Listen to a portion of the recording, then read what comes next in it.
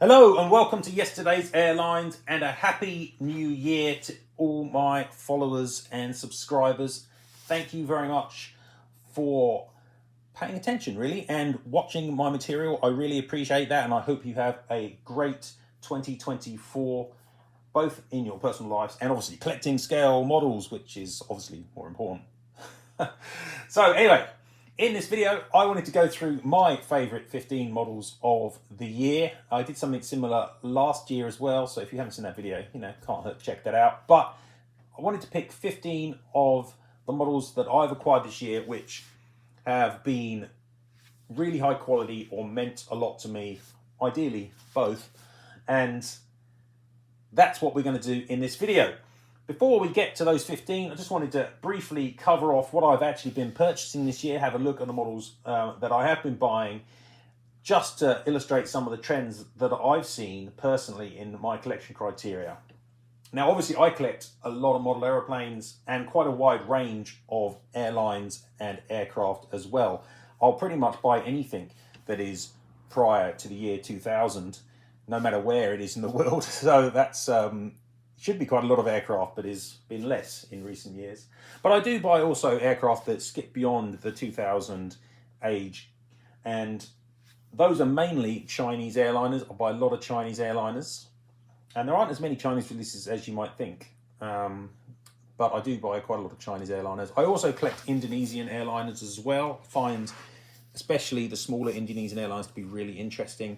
Also pick up quite a bit of Russian stuff, which is post 2000, and also, when available, a little bit of Iranian stuff as well. So there's a decent range of models there, and I find that means that not only can I keep on producing material like yesterday's airlines, covering off new molds for more modern types, but also I can build up a nice collection of classics too. So yeah, that's kind of what I buy. And in 2023, I bought probably more models than I should have done. 131 models by my count were added to the collection, and that's new models, doesn't include the second-hand ones. And as always, my top brands are Aeroclassics and ngmodels, but I bought a lot less Aeroclassics in 2023 than I did the year before, partly because they've been making less and partly because the quality just hasn't been there, which is really disappointing. I bought slightly more ngmodels than I did last year, up to 37 from 32, but to be honest, a good chunk of those were Chinese airliners. If you take away the Chinese airliners, then I would have only bought 15. So 22 were Chinese and 15 were not Chinese, which illustrates, I guess, that NG have not been producing a lot of classic material. And otherwise, it's a good spread of the brands. Had really good collecting years. Aviation 400, I've loved their A380s, so I've got quite a lot of those. And another important brand in my collection is Panda Models. They produce a really interesting range of narrow body aircraft, so I've got quite a few of those. But another brand which has had a really good year for my collection is Phoenix. Even though I've only bought 7 Phoenixmodels, it doesn't sound like a lot, that is more than I bought in the previous 4 years combined for Phoenix. So that's a really good year. The previous year I only bought 2. So Phoenix have had a really good year in terms of more interesting and diverse models, but unfortunately a lot of the Phoenix models just aren't really up to modern snuff, and actually none of them get into my top 15 models of the year, because the ones that I bought have been mainly 767s, T154s, and the models just aren't really up there. They're not really spectacular when I get them out, but they're still good models, just not in my top 15. Okie doke, so let's get on and check out what I think my top 15 models of the year are. Obviously, there's no expectation that you guys would agree, and a lot of you wouldn't have bought any of these models, quite possibly. So it doesn't say anything about the models you collect and what you might think are your top models of the year, but just an interesting way to look through kind of what I've been buying and think, wow, I really like that model. Before I get into that, obviously, chuck a like on the video and subscribe to the channel. Thank you very much, as I said, and keep on following me on all of my channels at Yesterday Airlines on Facebook and Instagram, and obviously yesterdaysairlines.com, the website. So with that out of the way, let's get on and see where I was spending my money and what I think the best models of the year were. So I'm going to go through my top 15 here in the order that they were purchased throughout the year. And unsurprisingly, I didn't get a great deal in January and February last year, because those are the months that typically coincide with Chinese New Year and there's less put out there. So the first model that fits into my top 15 of the year is actually one that I acquired in March, and rather unusually, it's from geminijets. This one is an Aeroflot IL62M CCCP 86492, and it's a model I reviewed at the website. Really pleased to see the IL62 turn up whenever it does, really. And it's odd that we hadn't had, prior to this, a standard Soviet colours Aeroflot IL62. So really good model to get in the collection. And Gemini did a really nice job on this release as well. They made an effort on things like colouring the hubcaps of the tyres correctly, and the mould is a really nice mould. So really pleased to have some IL62s in the fleet. So that is a great start there from Gemini. Next up is a model which has been in a whole range of people's top of the year lists. So this one's not a big surprise at all. Got this one in May, and it is ngmodels, the Cathay Pacific TriStar VR HHK in the delivery colours. Goes without saying that the ngmodels TriStar is a superb mould, and possibly, I was going to say my favourite, but actually I really like the NG757. I might think that's my favourite. Second favourite mould that's ever probably been made in the scale for me. It's a wonderful mould, one they don't use anywhere near enough, and we really are lacking a lot of TriStars, and I really hope that in the coming year NG focus on more TriStars in their let classic be classic theme. So I'm really hopeful for that. But this one shows what can be done. Delightful model with some lovely details and really classic scheme. Excellent all round, really. And quite deservedly, I can understand why a lot of people are putting this as their model of the year, because it really is superb.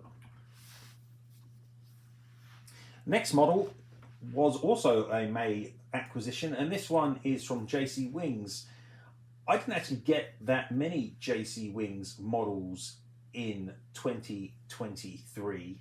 There's just a really slightly, I thought it was a disappointing year for JC. Lots of repetition, lots of their not better molds, and not a great variety.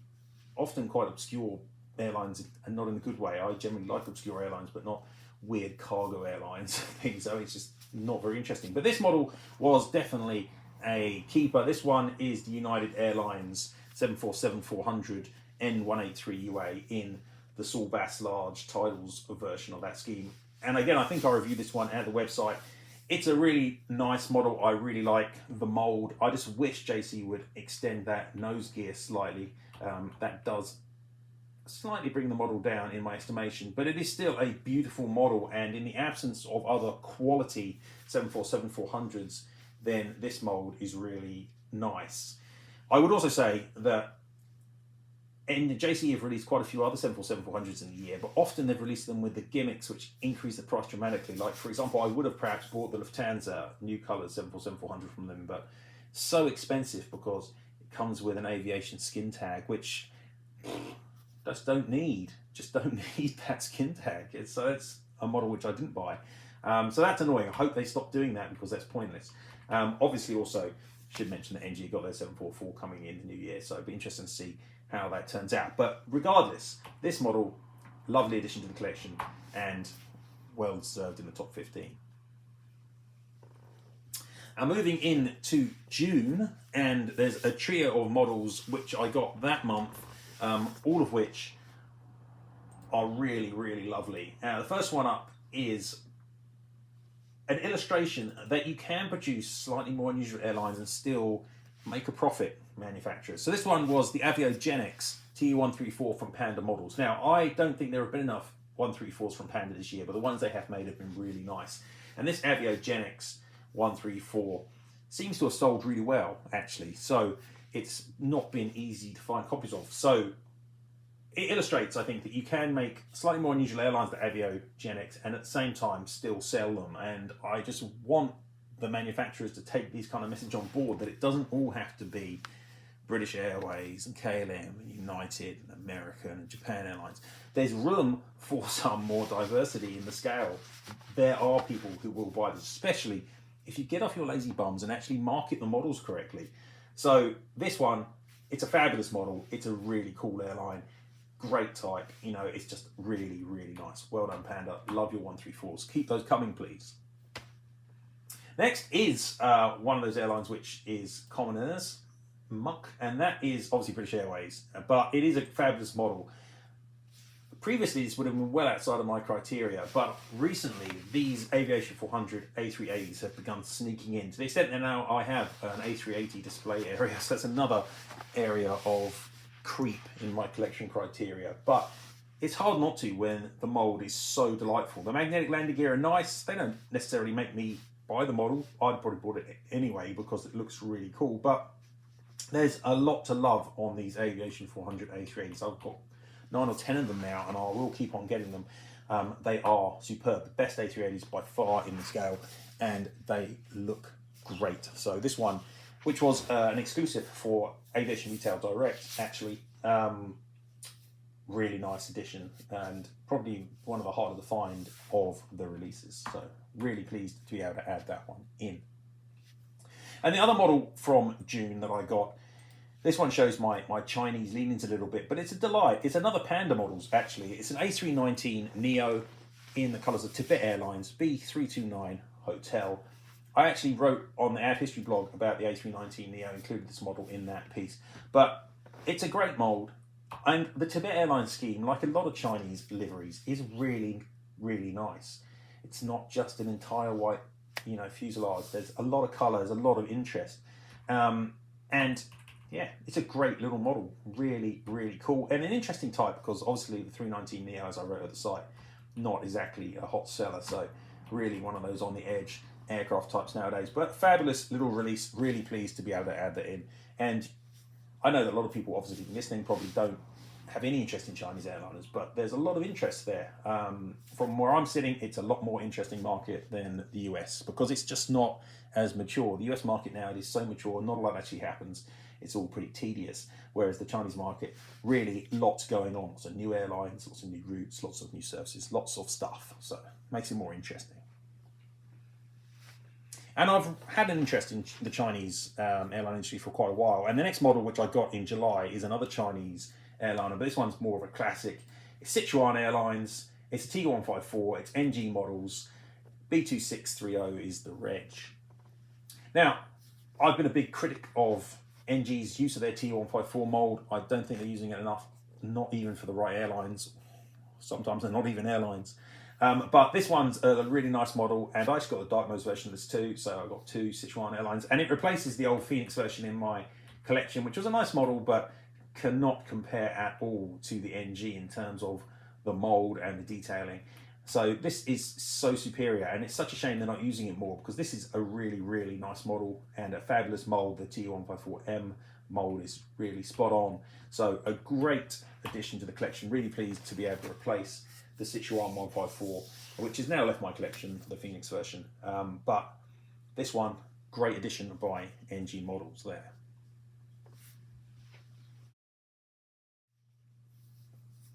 So that brings us to near the halfway point of my top 15. We've had 7 models so far. A range of different types, manufacturers, and geographic locations there, and that continues in the second half. But the second half of the year clearly was a bit more exciting for me, and August looks like it was a really good month, because I've got 4 models now that I acquired in August, which have made it into my top 15. The next one is another NG Models, but this one is, I guess it's kind of classic nowadays, but only just. It's American Airlines. It's the 777-200ER. N795AN is the aircraft. I hadn't bought many NG 777s. I've got 3 or 4 now this year, and I have to say that they've impressed me. The mould is better than the samples that were sent out, and it really looks fabulous. And obviously, the classic Vignelli American Airlines scheme from the 60s just looks spectacular pretty much on anything you put it on. But NG have done a really, really nice job here on their 777, and combination of fabulous livery on a really great mold with excellent finishing, just produces what is a really nice model. Now, I reviewed the Peter Max version, the Continental, at the site as well, and that was also a really good release, but I think this American one just pips it slightly. And again, it's another model which I bought to replace an existing model in my collection. I had the Gemini 777, and that's a decent enough model, but obviously the difference between the NG version and that very old Gemini in terms of detail and finish and the mold is just night and day, really. So fabulous addition to the collection. I'm very pleased to be able to add that one in. Also in August, I got another really nice Gemini, which I did review at the site as well. And this one is a Fokker 100 in the colours of TAM of Brazil. PTMRA is the reg. Really like the Fokker 100 as an aircraft type, actually. It's always been one of my favourites. I think it's quite a handsome little jet.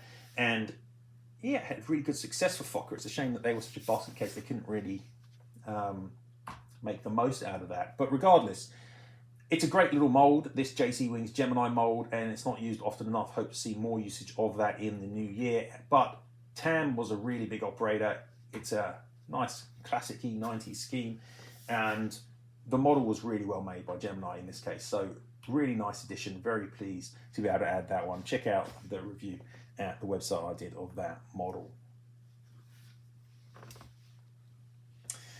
Next in August, there's another British Airways, but this one is more classic than the A380. It's the Lander Colours 737-400 GBNNK, and this one's again by Panda Models.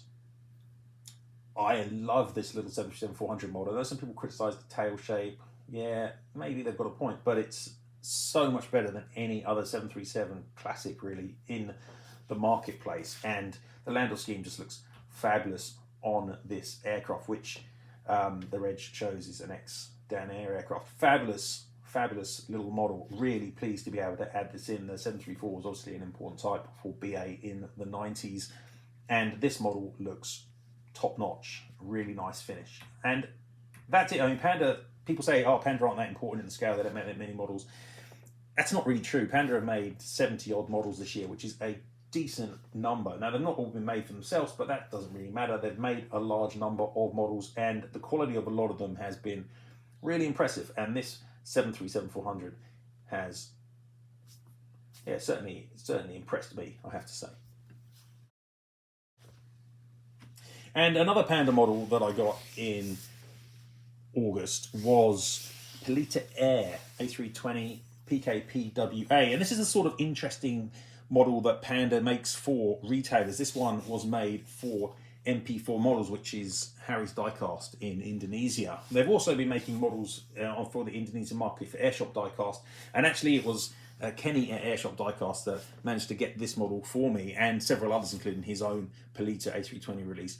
It's really nice to see diversity in the scale, and it's really nice to see more interesting models being made and targeted at specific markets, which makes a lot of sense. If you're going to make something for an Indonesian domestic airline, then surely it makes sense to try and target that at the Indonesian market. I just don't understand why more of the brands can't manage this trick, really. It would enable a greater diversity of more interesting airlines to be produced if they could target those releases at individual markets. And one of the ways is obviously for retailers themselves to be behind the creation of the models, as in this case. But surely it's not that hard if you make, say, a KLM model to make sure that more of it gets to the Netherlands. And obviously KLM's a bad example because there are already plenty of them made, but you could make, say, English charter airlines and make sure that most of those are sold in the UK, for example. I just don't see the problem here, and it would work, I feel. But anyway, great little model. Again, really like the Panda A320. They've upgraded it from the Aeroclassics. It looks fabulous, and nice to see some interesting new airlines appearing in 400 scale with some really great colours actually as well. So this is a lovely little release.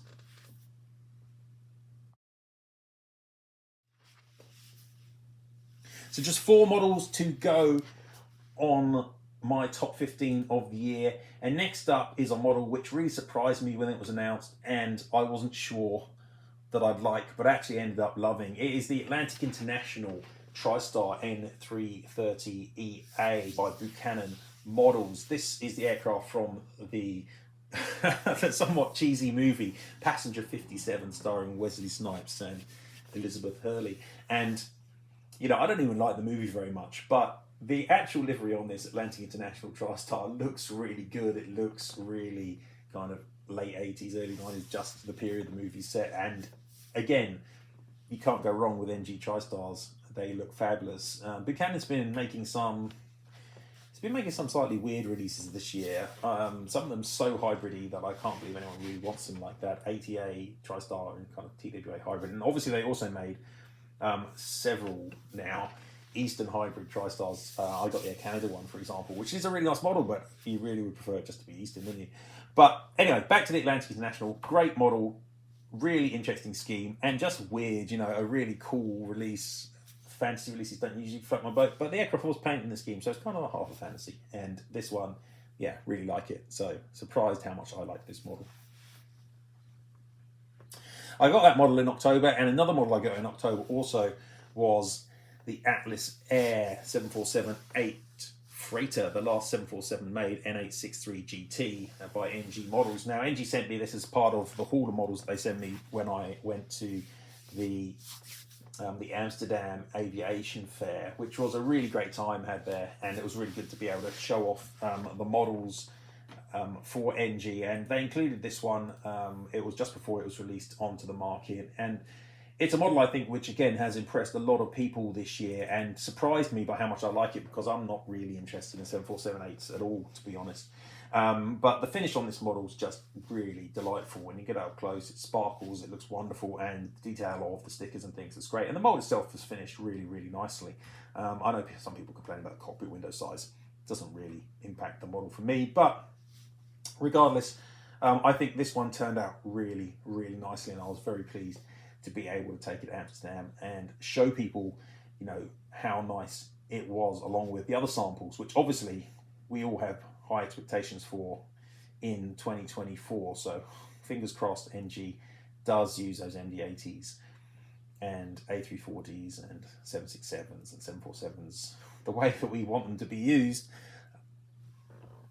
Now, the last two models highlight a manufacturer which I buy a huge amount of and doesn't appear in this list, or hasn't appeared in this list yet, even though I bought a lot of their models, and that is Aeroclassics. And the reason for that is because AC has had a really dire year, but that doesn't mean they still don't produce some great models. And the first one up was one I got in October, and again I reviewed at the site, and it's Airfreak, and it's the A310 TUTAZ. I really like the Aeroclassics A310 mold. Obviously it has the vaguely simplistic look that a lot of Aeroclassics do in terms of no aerials, and the landing gear is a little simplistic, but it looks really nice. And one of the things you can always guarantee with Aeroclassics is they'll make some fabulous release choices in terms of the airlines and aircraft combos they're producing. It's just such a shame that they struggle, and they've been struggling more and more to put out the sort of quality which, I mean, I'm not even demanding high quality. I'm just demanding like a minimum level of quality. Some of the stuff they've been put out this year has been embarrassingly poor. Dreadful finishing, incredibly over-polished pointing noses. I mean, those recent 1800 with the wavy wings, it's been tired, you know, it's been terrible, to be honest. And I really am beginning to question some of my Aeroclassics purchases because they've been so bad. But this model turned out really nicely, so they still can do it, but they really need to get a handle on what they're doing at the factory. I know they've changed production methods, but it hasn't improved the quality at all. If anything, things have gotten worse, and they need to get a handle on that. But this model, really nice. Love African airliners, really do. Airfreak, great carrier, lovely scheme, love the A310 mold, really nice combination. And that leads me just to one last model to finish off my top 15, and that one's one that literally arrived just the other day. Again, it's Aeroclassics, and one thing you can guarantee from Aeroclassics is that they can do props. And they're the only person who does do props anymore, especially if it's a classic prop. And the model I've chosen is the Pacific Southwest Airlines Douglas DC-4 N88747. It's exactly the sort of aircraft I want to be getting from Aeroclassics. They finished it really nicely. Their DC-4 mold is one of their best prop liner molds, if not the best prop liner mold that they have. It looks fabulous.